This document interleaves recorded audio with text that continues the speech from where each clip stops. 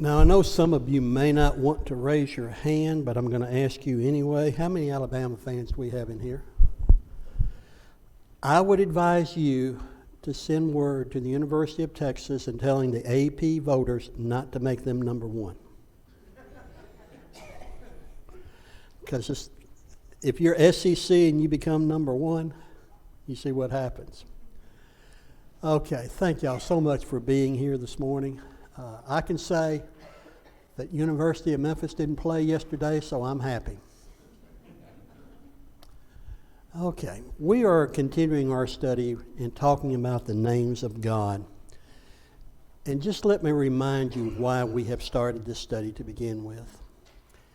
It has to do with the fact that God is reaching out all through Scripture, trying to express His love, trying to express His protection, trying to help us to understand that He wants a relationship with us. The infinite reaching down to the finite, saying, I want you as my child.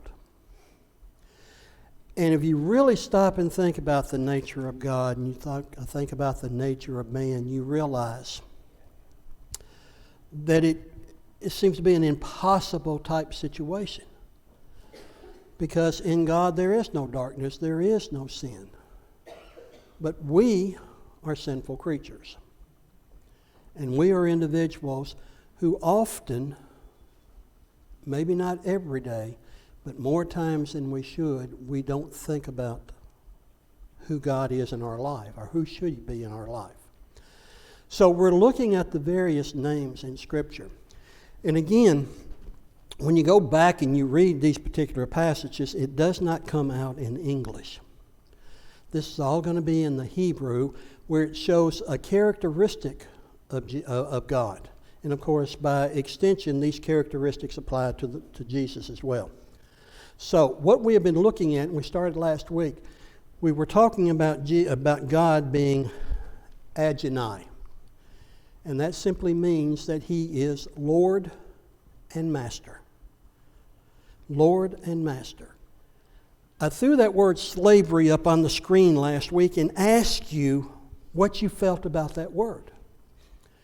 And I think as we began our discussion, we came across with one another as saying, that is a very ugly word because of its connotation, because of the history of this nation. It means a harsh servitude. You're in bondage and you've given up all of your freedoms and you are mistreated and you're more or less treated as property to be disposed of.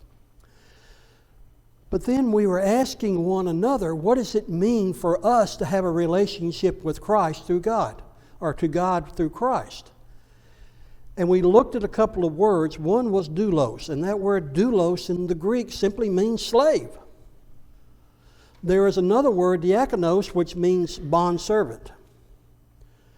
And as we looked at that word slave and we thought about the connotation, we came to at least an initial conclusion that we don't want to be slaves because our master surely would not treat us in a harsh way.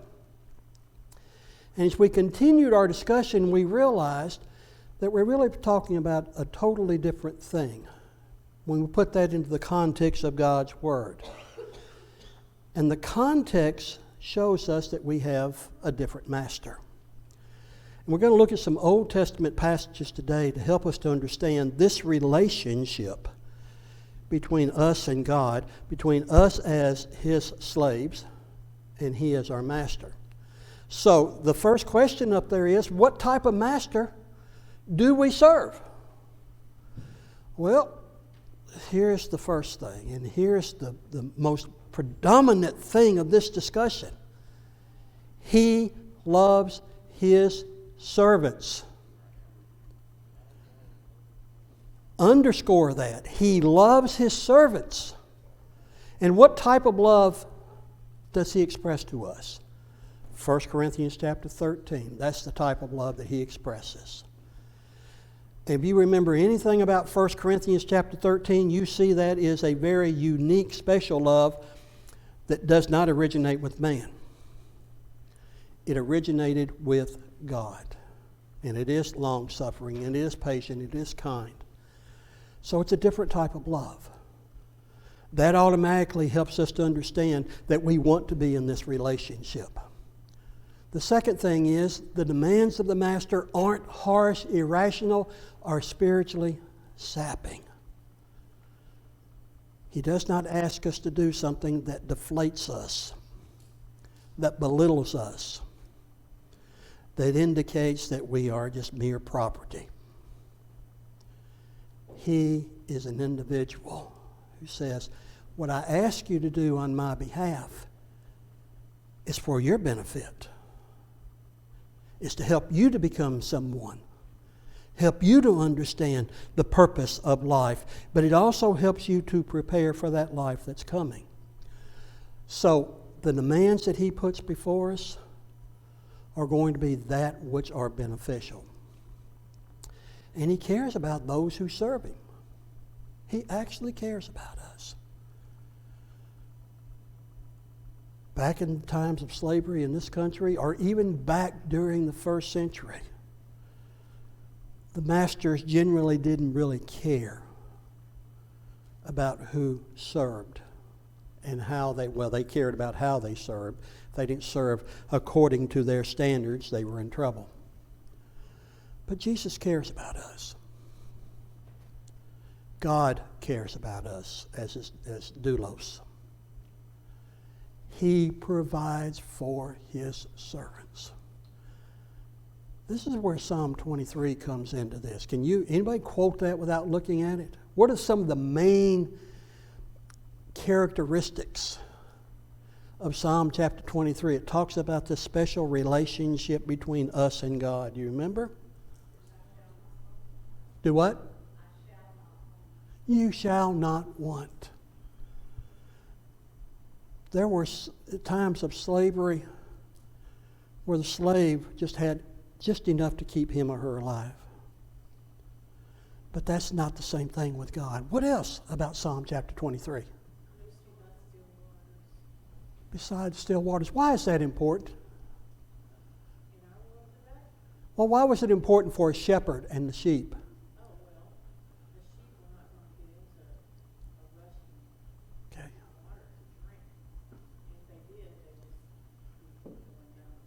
Okay. So how does that apply to us today, besides the still waters? Okay.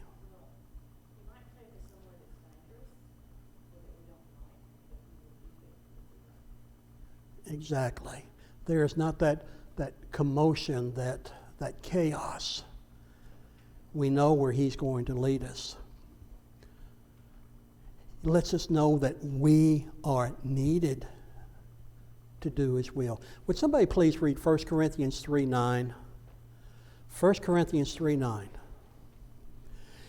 Yes, a slave in the olden days was to do the bidding of his master, and his master needed that slave to do the work, but this is a different context.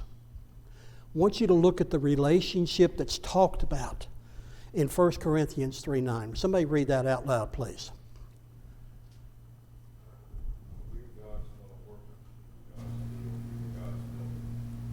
What does that say about our relationship with God? We are his what? Fellow workers. He has invested in us, and we are investing in his work. We are his field. We are his building. God is saying, I need you. Yes, I could accomplish this without you, but because of this relationship, he's saying, I need you as well as I want you. And he protects us. 1 Corinthians 10:13, my favorite passage of all the Bible. You don't need to know that, but what does 1 Corinthians 10:13 say? It's a powerful verse talking about this relationship. What does it say right off in, you know? There is no temptation taken you, but such is common to man. For God is faithful, who will not allow you to be tempted above that which you are able, but will with the temptation do what? Make a way to escape. Help us to overcome. His protection is there for us, which means He's watching out for us. We can trust Him, most assuredly. He will always do what's right on our behalf. He provides us with peace and joy, even in the worst of situations. That's very important for us to understand. I know there are times we go through life and we're saying, I don't have peace, I don't have joy. Well, there are conditions laid out in those verses that we must adhere to if we're going to have that peace. It's just not going to bed at night and saying, Lord, give me peace, and wake up in the morning and everything is just perfect. There are some things that we must do according to that particular passage that shows us if we want that peace that passes understanding, here's what we must follow as a guideline. He's in tune to our needs. And He never will ask us to do what He wouldn't do Himself. That's what that's what John 13 is talking about. You remember that right offhand, that passage? What was Jesus doing in John 13? He was being a servant. He was being a slave to the Father by doing that foot washing. Trying to show His disciples, I want you to be servants like this as well. Now, to understand the depth of this love and why we should not be fearful or hesitant to be His doulos, that is, His slave, we stop and think about that love. Romans 5 talks about while we were yet sinners, He died for the ungodly. Now, that's the passage I really want you to look at. If you'll turn to Zephaniah. You know where that is in the Bible? Used to be the Old Testament. It's still there. I promise. Zephaniah 3:17.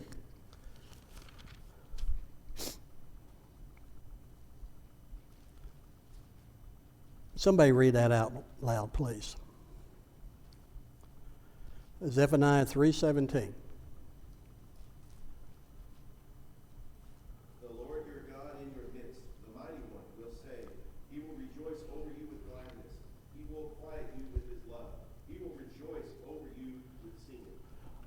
You ever seen that last part before?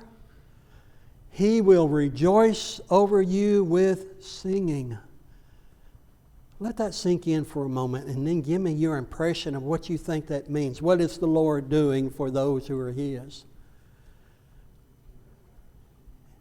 What does it mean when you are singing? There's what? Happy. There's joy. And Zephaniah is saying this is how God sees His children. He has gladness. He sings. But He quiets us with His love as well. Takes away those anxieties, those trials, those difficulties, that chaos. Even though it surrounds us and swirls around us. Now, I just wanted to lay that foundation to show you why this relationship of master, this Adonai and doulos, is something we can really rejoice in. Now, here is where I really want you to look. And I think these Old Testament passages, as they go backward and as they spring forward, will show you about this relationship. Let's read Exodus 21, 1 through 6. Basically, both passages say the same thing. Deuteronomy just adds a little bit more to it. So we'll read that as well. Exodus chapter 21.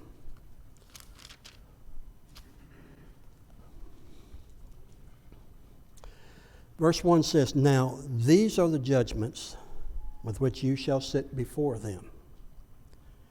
If you buy a Hebrew servant, he shall serve 6 years, and in the 7th he shall go out free and pay nothing. If he comes in by himself, he shall go out by himself. If he comes in married, then his wife shall go out with him. If his master has given him a wife, and she has borne him sons or daughters, the wife and her children shall be her master's, and he shall go out by himself.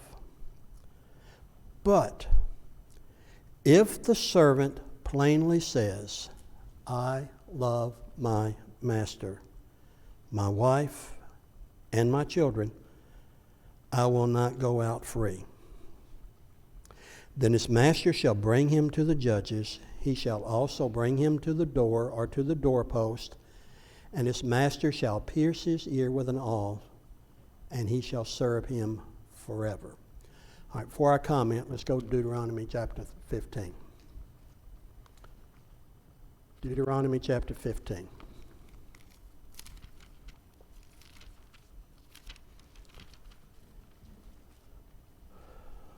(12 through 18).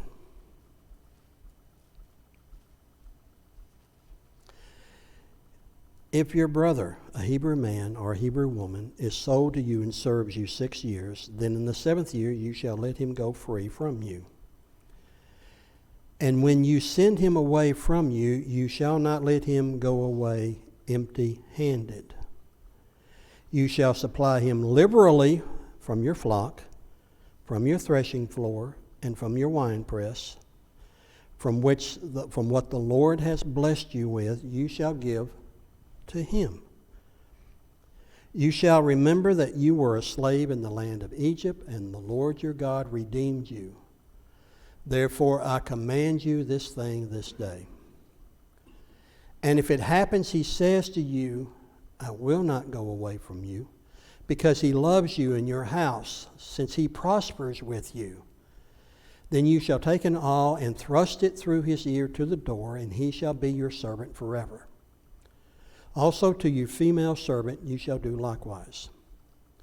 It shall seem hard to you when you send him away free from you, for he has been worth a double hired servant in serving you 6 years. Then the Lord your God will bless you in all that you do. Now, if you go back to the Exodus passage, it talks about if you come in single and you marry while you're in servitude and you have children, they have to stay. But there is one thing that you have to understand. In verse 5, back in Exodus chapter 21, he doesn't say, I don't want to leave because I don't want to leave my children and my wife behind, even though that is part of it. The first thing he says, I love my master. There has, over that 6 years, developed a very, very special bond between the servant, between the slave and the master. Yes, he doesn't want to leave family. But first and foremost, because of that bond, he doesn't want to leave the one who he calls master. If he were to leave after 6 years, just disregard the Deuteronomy passage. Just go with Exodus for the moment.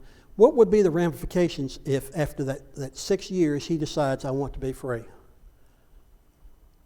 Act like Deuteronomy is not even there. He's out on his own now. So what would be the problem for him if he's out on his own now? He doesn't own anything and doesn't have a way to make a living. Exactly. Within the confines of that relationship of the servant and master, slave and master, he has been taken care of. He has been loved. He has been cared for. He has had all his needs met. And he recognizes that his master has done all of this for him. So he knows where security is. Anybody see where I'm leading up to yet? He doesn't want, it's a very voluntary type situation. He doesn't want to leave. Now, because of that special relationship between the two, the law required the master, if the servant decides to leave, I'm going to make it possible for him to go out in the world, and he's going to have blessings that go along with him. I will take care of him. Does God take care of not just us? Does he take care of the global world, the society? Does God take care of them? The rain falls upon the just and the unjust because there is a general providence. God is still caring for his creation. But there is a specific providence on behalf of his children. And God is saying, for my children, here's what I'm going to do for you. And the slave decides, I don't want to leave because I know where the great blessings are. He chooses to remain with his master. Now, here's where we start looking at how we fit into all of this, even though we're still dealing with the Old Testament. There is, first of all, when he makes this decision after 6 years, he says, I want to stay. There is a public proclamation before the judges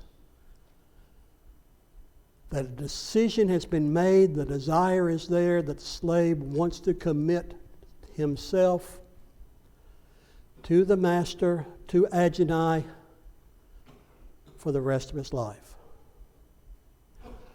Underscore that. The decision and desire is on the part of the slave. He's not being forced to remain a slave. But once he makes that choice, he has to go publicly and make it known to the judges that this is my choice. And I'm going to remain, even though the law gave me an opportunity to be free after 6 years, I'm going to remain with this master because of the bond that we share.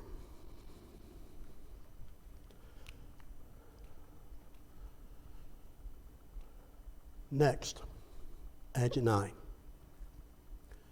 He and the servant go back to the house. They take one of those punches. Girls, ladies, how do you have your ears pierced? Do they deaden it first? They don't? Okay. All right. But anyway, here's a piercing. Let's just use that word. It's a piercing. There's a doorpost. He takes that slave to the doorpost, takes that tool, takes the earlobe up against the doorpost, and punches through till it enters into the wood of the doorpost. That sounds barbaric. God has a reason for all that he does. And for a long time, when I was growing up, we had a song, Pierce My Ear, and some of you probably remember that song. But maybe we didn't stop and think about the ramifications, especially for us. Okay, I want you to have this scene in your mind. Earlobe's been pierced, goes into the doorpost. What's going to come out of that piercing onto the doorpost? What? Flesh and what else? Blood. Guess what? That blood is going to remain on that doorpost as a symbol of what?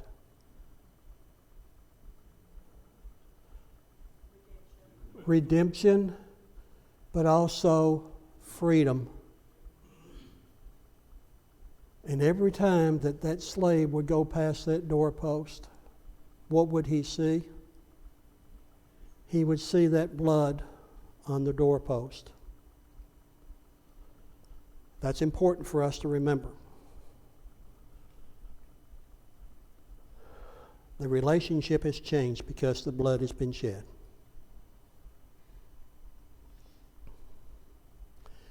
He goes from a have-to relationship to a want-to relationship. That's important for us to remember as well. Keep all these things in fact. These are so very, very important. There was slavery. He has an opportunity to come out of slavery. He chooses to change the status of that relationship by having his ear pierced, by making a public proclamation. This is what I want to do. I want to remain because of love. Then the blood is shed on the doorpost. Now, I say it heralds about a past and a future. Here's the past. What happened when God finally told Pharaoh, enough is enough. My children are leaving. I'm going to give you the 10th plague. And what was the 10th plague? Firstborn of death. But how did the Hebrews prevent their firstborn from dying? Blood on the doorpost. There had to be a sacrificial lamb.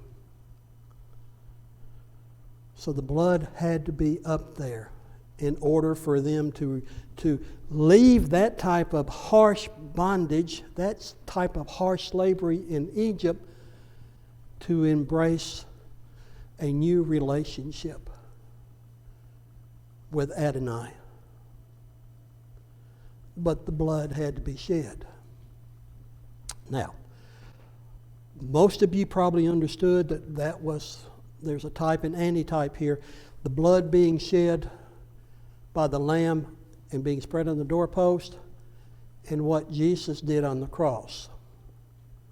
Shed his blood upon the cross. So Jesus became our Passover lamb. Without the shedding of blood, the Hebrew writer writes, there is no remission of sin. When Jesus died upon the cross, God is saying, I want to take you out of the slavery of the world, this harsh servitude, this ugliness that you have been part of, just as he's saying to the Hebrews, I'm going to take you out of that harsh bondage and bring you somewhere else, to a new relationship. And Jesus became that Passover lamb. Both situations meant that people could be saved and released from bondage. But somebody please read Isaiah 53:5 out loud for us. Isaiah 53:5.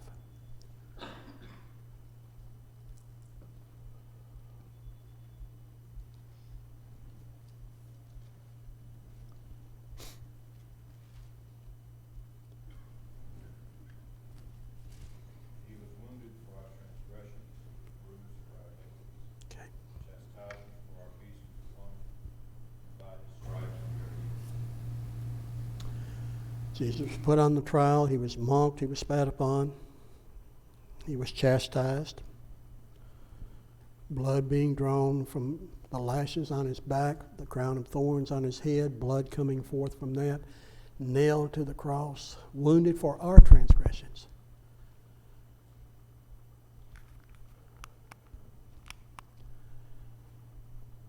Let's read John chapter 10, 1 through 18.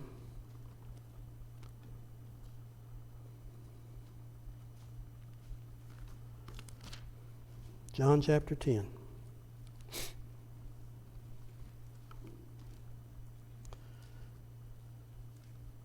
Most assuredly I say to you, he who does not enter the sheepfold by the door, but climbs up some other way, the same is a thief and a robber.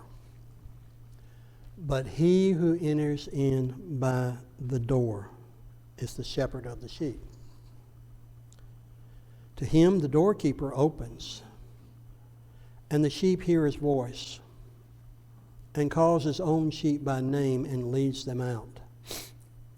And when he brings out his own sheep, he goes before them, and the sheep follow him, for they know his voice. Yet they will by no means follow a stranger, but will flee from him, for they do not know the voice of strangers. Jesus used this illustration, but they did not understand the things which he spoke to them. Jesus said to them again, "Most assuredly I say to you, I am the door of the sheep. And whoever came before me are thieves and robbers, but the sheep did not hear them. I am the door. If anyone enters in by me, he will be saved and will go in and out and find pasture. The thief does not come except to steal and to kill and to destroy. I have come that they may have life and that they may have it more abundantly. I am the good shepherd. The good shepherd gives his life for his sheep. But a hireling, he is not the shepherd. One who does not own the sheep sees the wolf coming and leaves the sheep and flees. And the wolf catches the sheep and scatters them. The hireling flees because he is a hireling and does not care about the sheep. I am the good shepherd, and I know my sheep, and I am known by my own. As the Father knows me, even so I know the Father, and I lay down my life for the sheep. And other sheep I have which are not of this fold, them also I must bring, and they will hear my voice, and they will be one flock and one shepherd. Therefore my Father loves me, because I lay down my life that I may take it up again. No one takes it from me, but I lay it down of myself. I have power to lay it down, and I have power to take it up again. This command I have received from my Father. Jesus says a lot about him being the shepherd, but he also says a lot about him being what else? The door. Can you have a relationship with Adonai without entering that door? Can't. Once you see that connection, Jesus is that door. Yes, Jesus shed his blood. He was that sacrificial lamb. But now we have established that there is to be a relationship between us as doulos with that door. You with me? That's crucial. His was a sacrifice of choice. The slave back in Deuteronomy and Exodus did what he did as a choice. He wanted to enter into a different relationship for life. When we declare that we want to be part of the Lord's body, we recognize the door that's been shed. But we also have to recognize there has to be a piercing on our part. Now, I'm going to read Ephesians 4 and 7 and 8, and I'm going to build on that last point that I just made. Ephesians chapter 4, verses 7 and 8. But to each of us grace was given to the measure of Christ's gifts. Therefore, he says, when he ascended on high, he led captivity captive and gave gifts to them. When he ascended on high, he took captivity captive. Now the relationship is changing because of what he did. Because of what he did on that cross. And when he ascended back to heaven, he was declaring to all of us, you don't have to be a captive anymore to the world. What I have done, I have set you free. Now, here's the connection that I want to make between this passage. We likewise have to go through a piercing. Acts 2:37. They ask a question. Before they ask that question, what must we do to be saved? What happened to them? Their heart was cut. Some translations say they were pierced in their heart. They knew that that relationship that they had with the world, with the old law, that now had to change. Adonai would take on a different context in their life because of what Jesus had done. Let's read Romans 2:28 and 29. Romans chapter 2, 28 and 29. For a person is not a Jew who is one outwardly. True circumcision is not something visible in the flesh. On the contrary, a person is a Jew who is one inwardly, and circumcision is of the heart, by the Spirit, not the letter. That man's praise is not from men, but from God. Okay, that idea of circumcision, we know the Old Testament custom. There was a cutting away. But in that particular passage, as he brings it to a spiritual discussion, the circumcision of the heart, what does that mean, circumcision of the heart? Something is cut away. Something has been pierced. Something has been removed. We have decided we're tired of being slaves in Egypt, so to speak. We want something better. We want a new relationship. So we are pierced. We are cut. And again, we do it on a volunteer basis to come into contact with the blood that was shed. As I said, Hebrews chapter 9 talks about without the shedding of blood, there is no remission. Jesus had to die so that we could be true servants or true slaves of Adonai. And how do you come into contact with that blood? Do you remember? Do you know what Romans 6, 3 through 7 talks about? There's a discussion there about baptism. But it says, those who have been baptized into his what? Death. Where did Jesus shed his blood? As he was dying. So now, baptism gives us an identity with that death coming into contact with that blood. But first there had to be that piercing. So our desire to name him as our Adonai is a deliberate choice made on our own volition. We decided we want to be his slave because of the type of master that he is. Now, let's go back to that slave on the Old Testament. When he saw the blood on the doorpost, he was reminded of that commitment he had made. When we partake of these emblems up here, we remember Jesus and his death and his burial and his resurrection. But what else should it remind us of?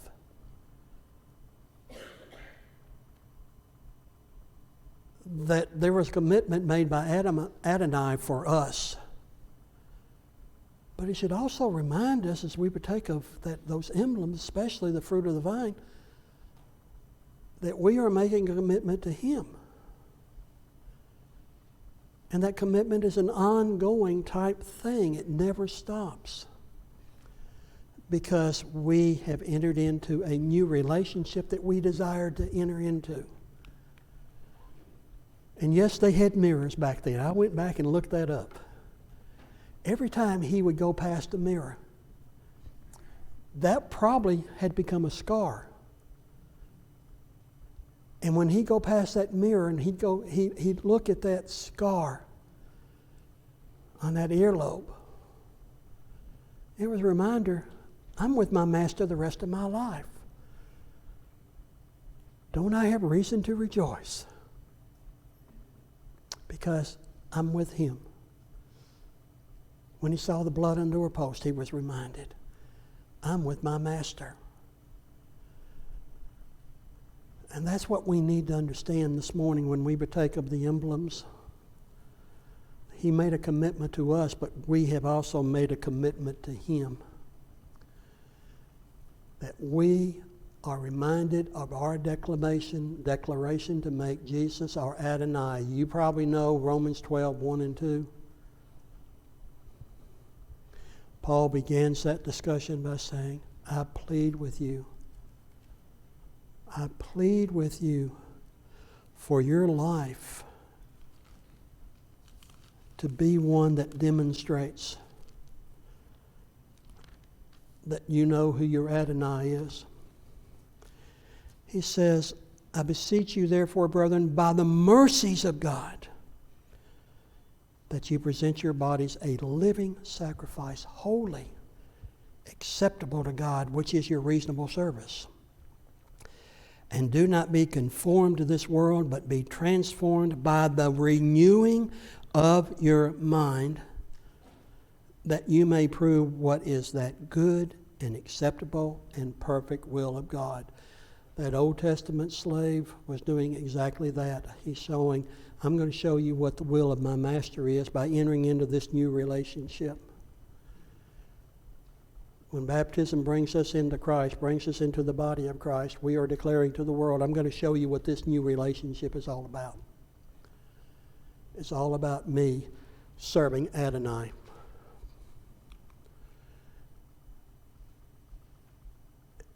We are his doulos. We can try to sanitize that any way we want to, but we can't. We are making a confession before men that Jesus is Lord. Just as that slave went publicly, this man is going to be my Adonai forever. We're saying the same thing. Jesus is my Lord forever. So what does that confession mean and how is it verified? Now, why was that ear pierced? You ever thought about that? First of all, it's an instrument of hearing and spiritually and physically. I'm going to let you go ahead and read that at home. You can write it down, but that gives you a good clue as to why the ear, okay? And it represents hearing, and hearing should prompt obedience. And obedience is motivated by love. The love that Adonai has for us and the love that we have for him. Okay. Thank y'all so much. I appreciate it. You let me do all the talking today, but that's probably best in order for me to get through it all. Okay. Thank you.